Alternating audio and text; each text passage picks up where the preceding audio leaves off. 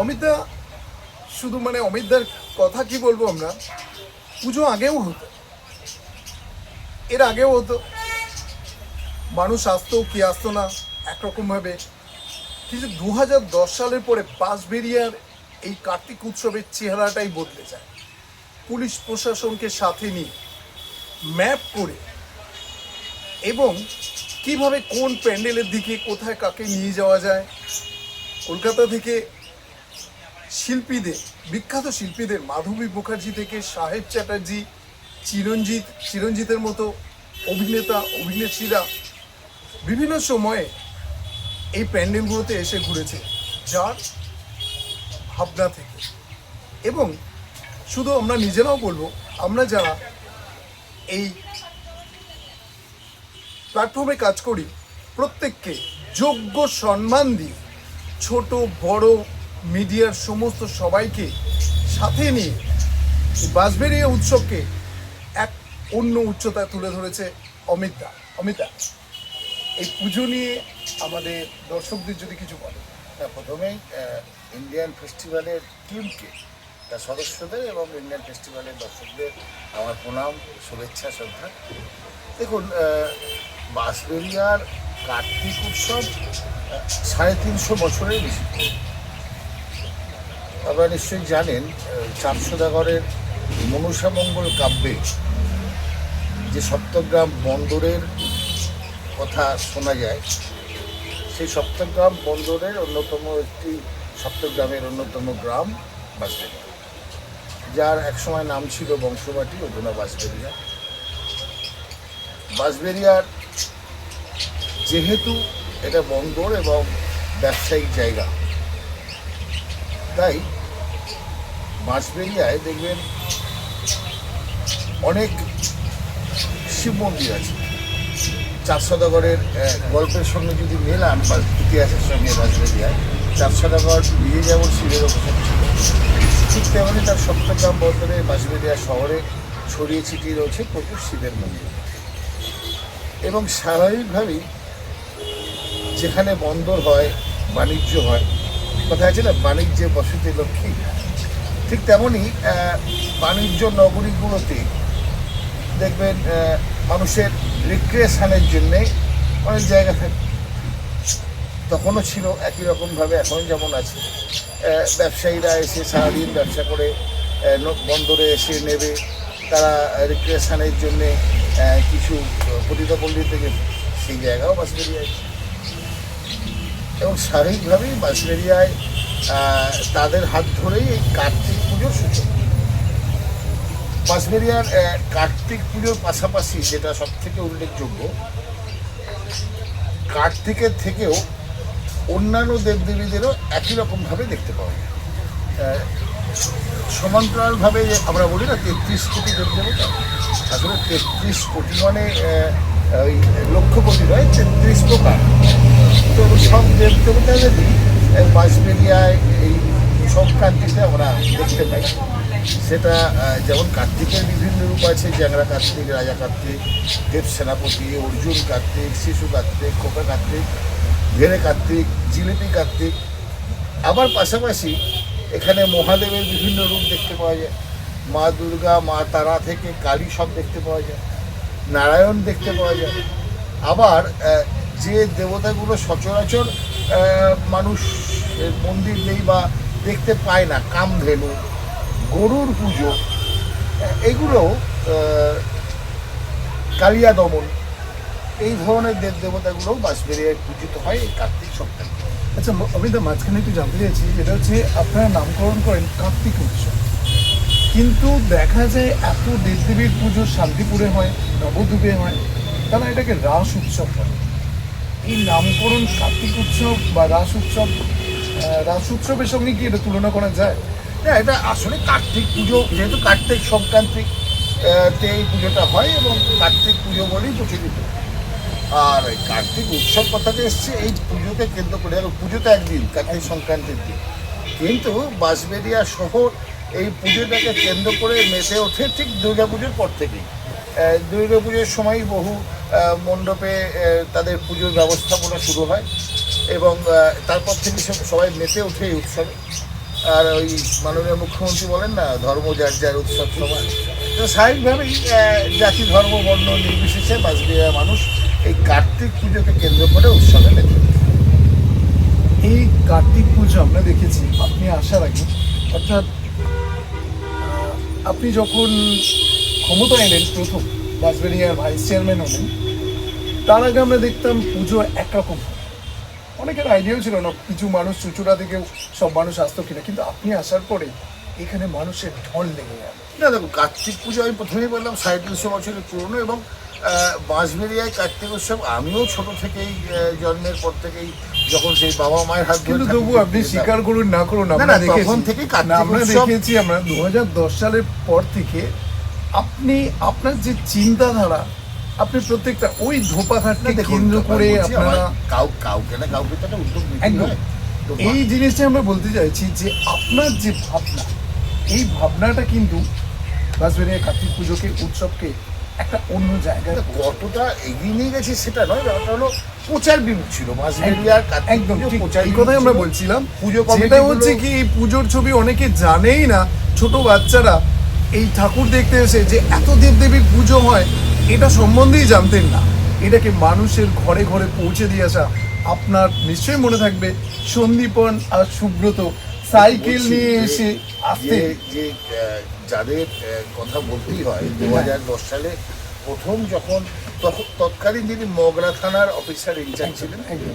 তিনি ছিলেন বাঁশবেড়িয়ার একজন অ্যাডভোকেট, এবং আমি এখন যে ওয়ার্ডের কাউন্সিলর, পার্শ্ববর্তী ওয়ার্ডের যে কাউন্সিলর তাপস মুখোপাধ্যায় আমি, এবং তৎকালীন পৌরপ্রধান রথীন মোদকও একদম ব্ল্যাঙ্ক চেক দিয়েছিলেন, বলা যায় যে যেরমভাবে পারো করো।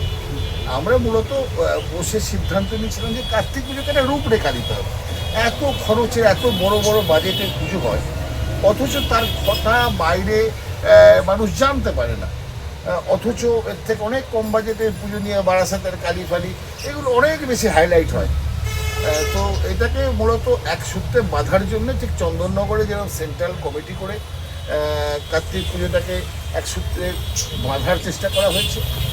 পাশাপাশি প্রচারের আলো আনার জন্য বিভিন্ন সংবাদ মাধ্যম, সেটা নিউজ প্রিন্ট মিডিয়া হোক, ইলেকট্রনিক্স মিডিয়া হোক, এবং পাশাপাশি যে ওয়েবসাইটে দেওয়া যাবে, অনলাইনে প্রচার হবে, সত্যি আমরা প্রথমে ভাবিনি এতটা। এবং সেই সময় অমিতা ভুললে চলবে না, তো একদম শুধু ফেসবুকের কিন্তু এই দৌড়াত্ম 2010 সালে ছিল না। মানুষে কিন্তু ওয়েবসাইটে খুঁজেই কিন্তু ইন্ডিয়ান ফেস্টিভ্যালে একদমই সার্চ তাই। করে ছবি দেখেছে। একদমই তাই। সন্দীপন, সোমনাথ এবং রাজু, তোমার কথা না বললে নয়, তোমার ভূমিকাও যথেষ্ট ছিল। তো প্রথম যখন এলো, প্রথম আমার মনে আছে সোমনাথ তাপসদার কাছে এসেছিলেন, তাপস মুখার্জির কাছে। তাপসদা বললেন এটা অমিত ভালো বলতে পারবে, ওই সবটা করছে, ওর সাথে কথা বলো। এবং বসে বললাম ভালো উদ্যোগ, ইন্ডিয়ান ফেস্টিভ্যাল যদি এটা ওয়েবসাইটের মাধ্যমে প্রচার করে, তো ওরা দেখালো যে কলকাতার দুর্গাপুজোকে ওরা কীভাবে প্রচারের আলোয় তুলে ধরে সারা বিশ্বের মানুষ দেখে। তা আমাদের বাঁশবেড়িয়ার অত অন্য মানুষ দেখুক না দেখুক, বাঁশবেড়িয়ার তো বহু মানুষ বিশ্বের বিভিন্ন প্রান্তে ছিটিয়ে আছে, যারা কার্তিক পুজোয় ইচ্ছে থাকলেও আসতে পারে না।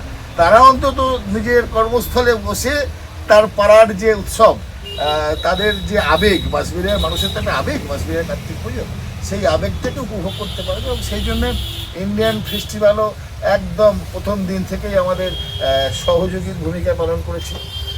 সেন্ট্রাল কমিটি যে কার্তিক সম্মান পুরস্কারের ব্যবস্থা চালু করেছিলেন, হুগলি জেলা পুলিশ এবং পৌরসভা সম্বন্ধে বলি, আপনাদের পুরস্কারের সঙ্গে ইন্ডিয়ান ফেস্টিভ্যাল প্রথম ডিসকভার অ্যাওয়ার্ডের প্রচলন করে। এবং শুধু তাই না, মানে ইন্ডিয়ান ফেস্টিভ্যালের পুরস্কারগুলোর অভিনবত্ব, ধরুন সেন্ট্রাল কমিটি থেকে আমরা যেটা করতে পেরেছিলাম, ফার্স্ট সেকেন্ড থার্ড, পরবর্তীকালে সুপারস্টার মেগাস্টার, বড় প্যান্ডেল, বড় বাজেটের আলো, হ্যাঁ, দারুণ দামি ঠাকুর, মৃৎশিল্পীদের। কিন্তু ইন্ডিয়ান ফেস্টিভ্যালের মাধ্যমে যেটা হয়েছে, বাঁশবেড়িয়ায় অনেক ছোট ছোট ক্লাব সংগঠন আছে যারা ইনোভেটিভ আইডিয়া দিয়ে নিজেদের চিন্তা ভাবনায় খুব কম বাজেটে নিজেদের পকেটের পয়সায় থিমের প্যান্ডেল তৈরি করে, যেগুলো সেইভাবে গুরুত্ব পেত না।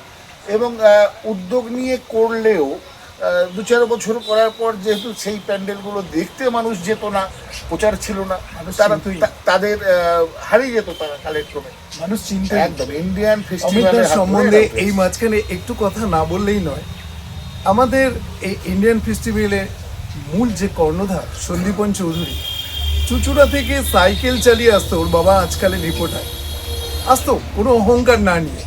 এই অমিত দা এরপর অটো করে ঘুরিয়ে এখান থেকে বিশ্বকুমার অ্যাওয়ার্ডে, যারা আমাদের অ্যাওয়ার্ডও পেয়েছে, আগন্তক, তারপর তুমি বলো ক্লাবের নামগুলো। অভিযান, হ্যাঁ, এই ক্লাবগুলো, যে ক্লাবগুলো জামাইগুলি অ্যাসোসিয়েশন, অনেকেই জানতো না।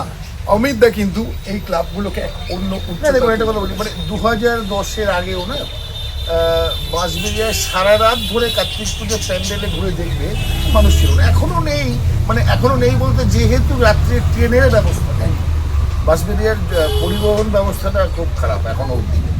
যেহেতু অনেক রাত্রি অবধি ট্রেনের ব্যবস্থা নেই, রাশেও স্পেশাল ট্রেন আছে। আমরাও স্থানীয় প্রশাসন থেকে রেল দপ্তরের কাছে আবেদন জানিয়েছি বারবার যে বাঁশবেড়িয়ায় কার্তিক পুজোর জন্য যদি একটা বিশেষ ট্রেন হয়, মানুষ সারা রাত দেখে যে ফিরবে, কেউ রাত 2টোয় বাড়ি ফিরবে, রাত 3টোয় বাড়ি ফিরবে কী করে? স্বাভাবিকভাবেই রাত্রি 11টা-12টার পরে মানুষ বাড়ি চলে যায়।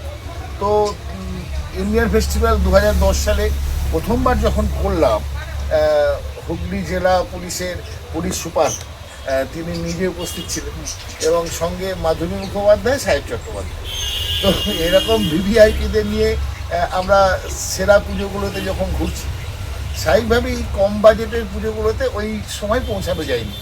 আমার মনে আছে তারপর রাত্রি 12টার পর যখন ওই দুটো অটো করে ইন্ডিয়ান ফেস্টিভ্যালের সঙ্গীদের নিয়ে তুমিও ছিলে, যখন আমরা পৌঁছলাম অনেক প্যান্ডেলে আলো অফ করে দিয়েছে রাত্রি 2টার সময়, আমরা আবার তাদের ডেকে এনে প্যান্ডেলে আলো জ্বালিয়ে ছবি তুলে ইন্ডিয়ান ফেস্টিভ্যালের মাধ্যমে সারা বিশ্বের মানুষের কাছে পৌঁছে দেওয়া। একটু আপনাদের সামনে বলতে চাই, সেটা হচ্ছে অটো করে ঘোরাটা, তো এটা হচ্ছে মিস্টার অমিত ঘোষের এটা স্পেশাল অ্যাটেন্ডেন্স।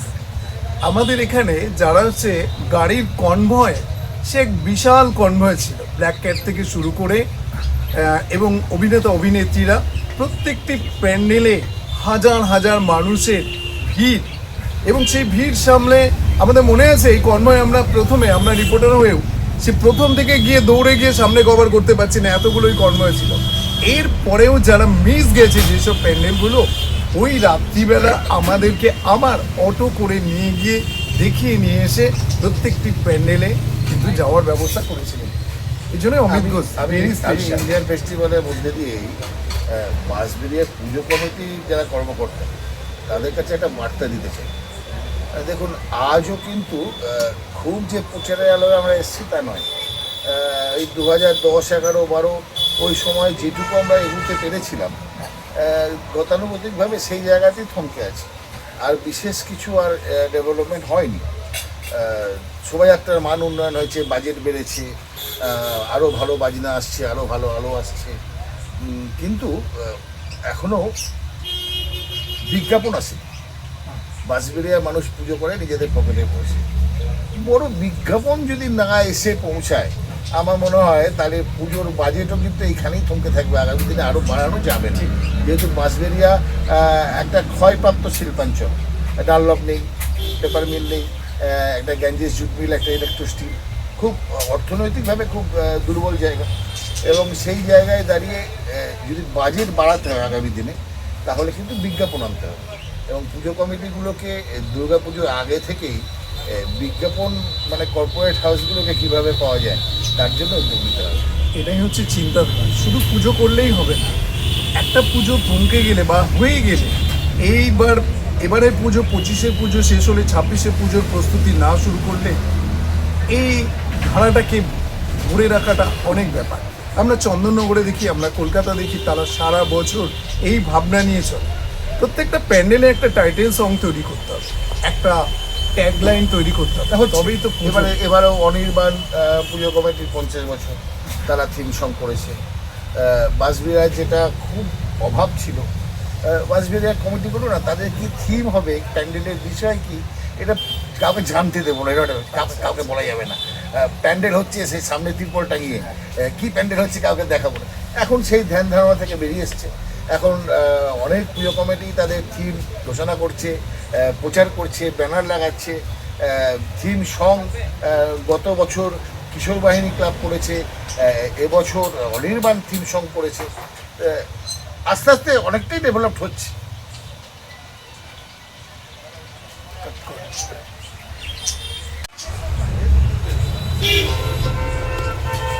শুধু বাঁশবেড়িয়ার কার্তিক পুজো ইভেন্ট নয়, সফলতার সাথে সাথে পৌর প্রতিনিধি হয়ে বইমেলা, রাজ্য স্তরের বিভিন্ন উৎসব যেমন ছাত্র যুব উৎসব, লাইব্রেরি নিয়ে কাজ এবং যথাযোগ্য এখানকার মানুষদের, শ্রদ্ধেয় মানুষদের যারা বিভিন্ন বিষয়ে বিখ্যাত, তাদেরকে নিয়ে যথাযোগ্য সম্মান নিয়ে কাজ করে গেছেন অমিতদা। অমিতদার এটা বিভিন্ন রকমভাবে বিভিন্ন সময় বিভিন্ন পরিচয়। অমিতদা এই সম্বন্ধে একটু শুনতে চাই। আসলে বাঁশবেড়িয়া শিক্ষা সংস্কৃতি পীঠস্থান। বাঁশবেড়িয়ায় একসময় সংস্কৃত টোল চলত। তো বাঁশবেড়িয়ার শিক্ষা ব্যবস্থা কবে থেকে শুরু হচ্ছে বুঝতেই পারছেন। পণ্ডিত ঈশ্বরচন্দ্র বিদ্যাসাগর নিজে এসে বাঁশবেড়িয়ায় বালিকা বিদ্যালয় প্রতিষ্ঠা করেছিলেন, বাঁশবেড়িয়া উচ্চ বালিকা বিদ্যালয়, যেটা বিদ্যাসাগর মশাইয়ের নিজস্ব টোলও ছিল এখানে। তো বাঁশবেড়িয়ার কালচার এবং শিক্ষা এই দুটো বাঁশবেড়িয়া অনেক ডেভেলপড, এবং স্বাভাবিকভাবেই বাঁশবেড়িয়ার মানুষের একটা চাহিদা থাকে শিক্ষা এবং সংস্কৃতি নিয়ে কিছু কাজ হোক। এবং সেই জায়গায় দাঁড়িয়ে আমাদের স্থানীয় প্রশাসনের পক্ষ থেকে বা আমাদের মাননীয় বিধায়ক তিনি যেভাবে পাশে দাঁড়িয়েছেন এবং সেটা যেরকম দায়িত্ব দিয়েছেন কাজ করার চেষ্টা করেছেন। আমরা ছাত্র যুব উৎসব করেছি দুবার, বইমেলা করেছি, জেলা গ্রন্থমেলা যেটা সরকারি, সেটা আমরা দুবার করেছি। এছাড়াও বাঁশবেড়িয়া পাবলিক লাইব্রেরির উদ্যোগে লাইব্রেরির 125 বছরের বইমেলা করেছি। আমরা হংসেশ্বরী উৎসব করেছি, বসন্ত উৎসব করেছি। আমরা বাঁশবেড়িয়ার বাঁশবেড়িয়ার যে কটা নাচের সংগঠন আছে, নাচ গানের সংগঠন, তাদের সবাইকে একত্রিত করে আমরা বসন্ত উৎসব পরিচালনা করেছি। দেখুন, এই সবগুলোতেই আমরা আগে শিল্পীদের নাম বললাম, যাদের খুব একদম একনিষ্ঠভাবে না পেলে, যেমন অমিত ক্রিয়েশনের অমিত রায় বা শঙ্কর মূর্তি, সুমন্ত, এদের কথা না বললেই নয়, যারা, এবং এখন যিনি চেয়ারম্যান আদিত্যদা, তারক বিশ্বাস। দেখুন, আমরা এই দিকটা সবটা সামলাই। যেদিন শোভাযাত্রায় বেরোয়, আমাদের দুটো এন্ড থেকে শোভাযাত্রা শুরু হয়, ধোপাঘাট আর কেওটা। তো কেওটা এন্ড সামলায় কিন্তু আদিত্যদা এবং তারক বিশ্বাস। এরা কিন্তু একদম প্রথম থেকেই বিকেল থেকে গিয়ে পড়ে থেকে ওখান থেকে যাতে সুন্দরভাবে শুরু হয় সেই দিকটা সামলায়। তো এটা তো একটা টিম গেম, এককভাবে কোনো কিছু সম্ভব না। চেষ্টা করেছি। দেখুন, যে দুজন মানুষকে আমরা পেয়েছিলাম বিভিন্ন সময়ে এই অনুষ্ঠানগুলো পরিচালনা করতে, দুজনেই প্রয়াত, কবি অরুণ চক্রবর্তী জাতীয় পুরস্কার এবং বাঁশবেড়িয়ার গর্ব কবি পিনাকি আনন্দ পুরস্কার পেয়েছি। তো আমার মনে হয়েছিল বাঁশবেড়িয়ার পিনাকিদাকে যাতে আগামী প্রজন্ম মনে রাখতে পারে কিছু করা দরকার, তাই পিনাকিদার নামে একটা উদ্যান করেছি। তো এইভাবে কাজ করার চেষ্টা আমরা করি। বর্তমানে মাননীয় বিধায়ক আমাকে বাঁশবেড়িয়া যে পাবলিক লাইব্রেরি তার পরিচালনার দায়িত্ব দিয়েছে, পরিচালনা সমিতিতে আছে। তো এই বাঁশবেড়িয়ার গ্রন্থাগার আন্দোলনের যিনি অন্যতম পথিকৃৎ সারা ভারতবর্ষের, কুমার মুনীন্দ্র দেব রায়, তিনি পৌরসভার 3 বারের চেয়ারম্যানও ছিলেন। তো কুমার মুনীন্দ্র দেব রায়ের এবার জন্ম 150 ছিল। তো ওনার আবক্ষ মূর্তি উন্মোচন, ওনার জন্ম 150 উদযাপন করার চেষ্টা করেছি বাঁশবেড়িয়া পাবলিক লাইব্রেরির মাধ্যমে। এবং আগামী দিনেও আমরা এই বছর ভরই কর্মসূচি রেখেছি। আগামী এই কার্তিক পুজোর দিনগুলোতেই দেখলাম বাঁশবেড়িয়ার মানুষ তো বিকেল থেকে ঠাকুর দেখতে বেরোয়, আর সকাল থেকে যে অতিথিরা আসে বিভিন্ন জায়গায়, তারা সকাল থেকে কি কাজ? তো আমরা ওই দুপুর থেকে বাঁশবেড়িয়া লাইব্রেরির ভিতরেই একটা ছোট ইনডোর বুক ফেয়ার করব, যাতে বাঁশবেড়িয়ার মানুষ দুপুরবেলা বুক ফেয়ারে যাবে, সেখান থেকে বই সংগ্রহ করবে। পাশাপাশি দেখুন, এই বাঁশবেড়িয়া পাবলিক লাইব্রেরি, এই লাইব্রেরি সিস্টেমটা না আস্তে আস্তে তো একটু পুরনো হয়ে যাচ্ছে। ঠিক দেখুন, এখনকার প্রজন্মের ছেলেমেয়েরা লাইব্রেরির মতো হয় না, তারা বই সেইভাবে পড়তে চায় না, তারা সবটাই অনলাইনে দেখে নেয়। তো স্বাভাবিকভাবেই এই লাইব্রেরি সিস্টেমটাকে তো আধুনিকীকরণ করতে হবে। আধুনিকীকরণ জন্য মাননীয় বিধায়কের কাছে আবেদন করেছিলাম, বিধায়ক অর্থ মঞ্জুর করেছেন। বাঁশবেড়িয়া লাইব্রেরিকে আমরা কম্পিউটারাইজ করছি, সেখানে ডিজিটাল বোর্ড থাকবে, মাস্টার বোর্ড যেটা, সেখানে যাতে আধুনিক পদ্ধতিতে নতুন প্রজন্মের ছাত্রছাত্রীরা আবার লাইব্রেরিমুখী হয়, এবং লাইব্রেরির যে প্রেক্ষাগৃহ আছে সেই প্রেক্ষাগৃহটাকেও শিক্ষাপ্রতিষ্ঠিত করার জন্য মাননীয় বিধায়ক অর্থ মঞ্জুর করেছেন। এইভাবে লাইব্রেরিটারও আমরা ডেভেলপ করার চেষ্টা করছি। আসলে দেখুন, বাঁশবেড়িয়া তো আমার নিজের এলাকা, নিজের জন্মভূমি, এখানকার যদি ভালো কিছু করা যায় সেটা তো বেশ গর্বেরই হয়, গর্বেরই লাগে। আমরা তো বাইরে গিয়ে বলতে পারি গর্ব করে যে বাঁশবেড়িয়ায় হংসেশ্বরী মন্দির আছে। তো বাঁশবেড়িয়ার রাজা ছিলেন রাজা নৃসিংহদেব, রানী শঙ্করী দেবী, তারা হংসেশ্বরী মন্দিরটা করে গেছিলেন বলে আমরা আজ বলতে পারি। তো একই রকমভাবে বাঁশবেড়িয়ার যদি ডেভেলপ হয়, আমরা বাইরে গিয়ে গর্ব করতে পারি। এবারের পুজো নিয়ে 2025 সালের এই বাঁশবেড়িয়া কার্তিক উৎসব নিয়ে যদি কিছু বলো। কার্তিক উৎসব তো হবে, দেখুন এই কার্তিক উৎসবের একটা ফান্ডা আছে, মানে এক হচ্ছে বাঁশবেড়িয়ার মানুষ সারা বছর নিজেদের যে রোজগার উপার্জন থেকে একটা সঞ্চয় করে কার্তিক উৎসবের জন্য।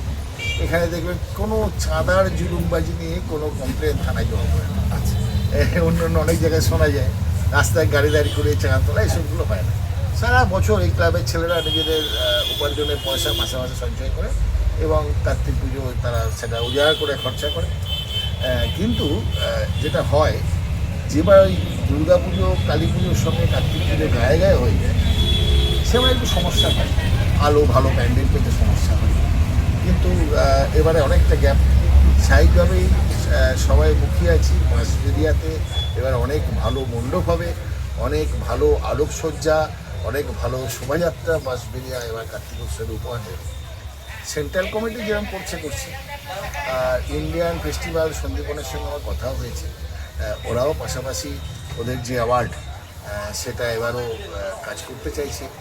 আমি বলবো ওই আগের মতোই এই পিছিয়ে পড়া কম বাজেটের পুজোগুলো, যারা নিজেদের উদ্ভাবনী শক্তিকে কাজে লাগিয়ে কিছু প্রেজেন্টেশন দেয় কার্তিক পুজো, সেই ক্লাব সংগঠনগুলোকে নিয়েই যদি ইন্ডিয়ান ফেস্টিভ্যাল প্রতিযোগিতাগুলো করে, তাদের ডিসকভারি অ্যাওয়ার্ড বা এই দেব সেনাপতি সম্মান, কার্তিক সম্মান, এরকম কিছু একটা ট্যাগলাইন রেখে এই বাঁশবেড়িয়ায় শুধু এখন আগন্তুক নয়, আগন্তুক অভিযানেও অনেকগুলো সংগঠন, ময়ূরবাহন, জামাইগুলো অ্যাসোসিয়েশন, অনেকগুলো কল্পতরু, এরকম অনেকগুলো ক্লাব, যাদের ছেলেরা কিন্তু নিজেদের ভাবনায় নিজেরা, এবারে শুনছি ওই বলাকা সংঘ এবার এটা শুধু গাছের উপর কোনো ব্যান্ডেজ করবে।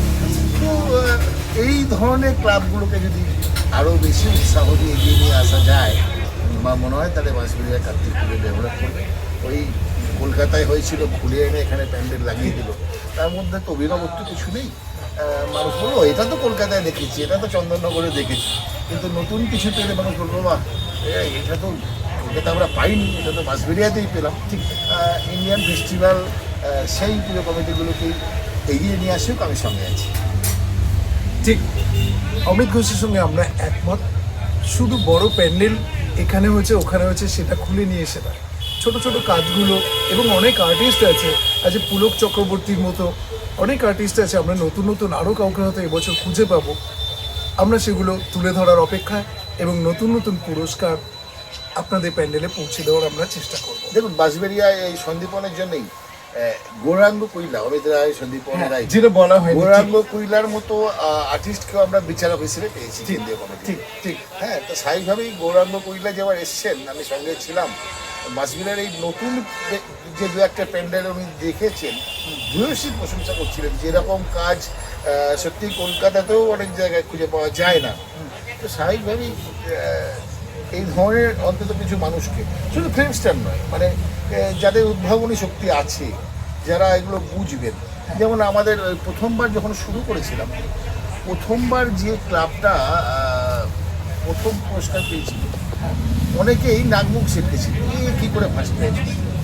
কিন্তু মাননীয় এসপি ছিলেন বিচারক দায়িত্বে, মাধুরী মুখোপাধ্যায়, সাহেব চট্টোপাধ্যায়, তারা যখন রাত্রিবেলায় ডিনারে বসে বললেন যে কেন ওই ক্লাবটা ফার্স্ট হলো, কারণ রামকিঙ্কর বেজের যে মূর্তিগুলো, রামকিঙ্কর বেজের যে শিল্পকলা, সেই শিল্পকলার নিদর্শন ফুটিয়ে তুলেছিল কাশ্মীরের 5 নম্বর ওয়ার্ডে একটা পুজো কমিটি। স্বাভাবিকভাবেই তারা রামকিঙ্কর বেজের শিল্প কলাকুশলী যারা মণ্ডপে ফুটিয়ে তোলে, তারা প্রথম হয়েছে। শিল্পীদের চোখ শিল্প নিয়ে কথা বলে, আমরা অনেক সাধারণ মানুষ সাধারণভাবে হয়তো বুঝতে পারি না। সত্যি অমিতদার এই বিচক্ষণতা, এই বোঝার ক্ষমতা, এটা অন্যদের থেকে আলাদা। আমরা যেটা অনেক পরে ভাবি, অমিতদার সেটা অনেক আগে ভাবে। এই ভাবনাকে আমরা মর্যাদা দিই। এবছর পুজো আরও ভালো কাটুক। আর এবারে আমরা যে 2025 সালে প্যান্ডেলে যাব, অমিতদাও থাকছে আমাদের সাথে। আমরা চেষ্টা করব অনেক সুন্দরভাবে এই পুজোকে আমার বিশ্বের দরবারে, শুধু হুগলি জেলা নয়, কলকাতা নয়, হ্যাঁ আমরা বলছি বিশ্বের দরবারে আমরা পৌঁছে দিই। কারণ আমাদের কর্ণধার যে আছে সন্দীপন চৌধুরী, আপনারা চেনেন, তিনি এখন অস্ট্রেলিয়ায় পাকাপাকিভাবে থাকেন, অস্ট্রেলিয়াতে থাকেন। সেখানে বসেও তিনি যদি এই মাতৃভূমির কথা ভাবতে পারেন, এখানকার পুজো সারা বিশ্বের দরবারে পৌঁছে যাক, তাহলে আমাদের এই প্রয়াসের অংশ হওয়াটা আমাদের কাছে গর্বের বিষয়। কি বলেন আমি? অস্ট্রেলিয়া থেকে এখানকার পুজো নিয়ে ভাবা, এই সম্বন্ধে আমরা তো বাঁশবেড়িয়ার মানুষ হিসেবে চাইবই ঠিক বাঁশবেড়িয়ার পুজো সারা বিশ্বে পৌঁছে যায়। কিন্তু সন্দীপন যে তার মাটিটাকে, তার জেলার একটা উৎসব, কার্তিক উৎসব, সন্দীপন আদতে তো চুচুড়ার ছেলে, তো স্বাভাবিকভাবেই তার পাশের শহর বাঁশবেড়িয়ার যে কার্তিক উৎসব, সেটা সারা বিশ্বের তবে যদিও শুধু কার্তিক উৎসব নয়, চন্দননগরের জগদ্ধাত্রী পুজো বা কলকাতার দুর্গোৎসব, সবটা নিয়ে ইন্ডিয়ান ফেস্টিভ্যাল খুব বড় মাপের কাজ করে। তো স্বাভাবিকভাবেই সেই সিস্টেমের মধ্যে দিয়েই কার্তিক পুজো সারা বিশ্বের দরবারে পৌঁছে যাবে, এই আশা করা। অসংখ্য ধন্যবাদ, আবার দেখা।